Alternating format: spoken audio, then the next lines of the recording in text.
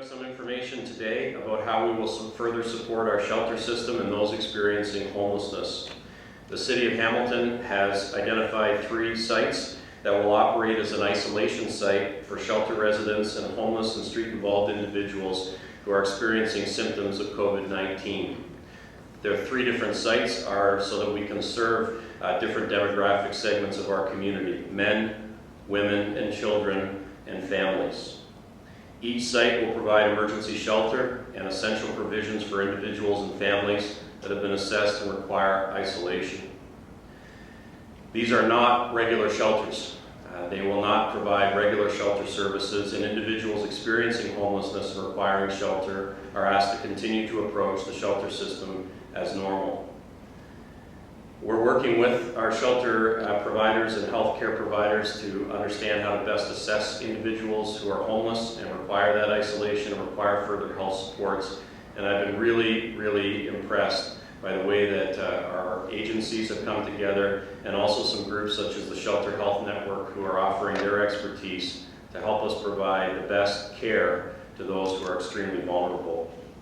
In addition to the 3 shelter sites that will be opened up for isolation, we have ensured that there are drop-in programs available for homeless or street-involved individuals in this community.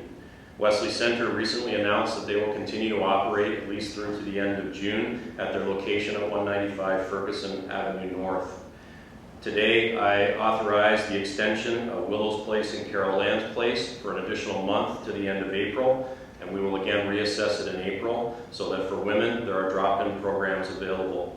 And we have been in contact with Living Rock Ministries, who provide drop-in programming for young people.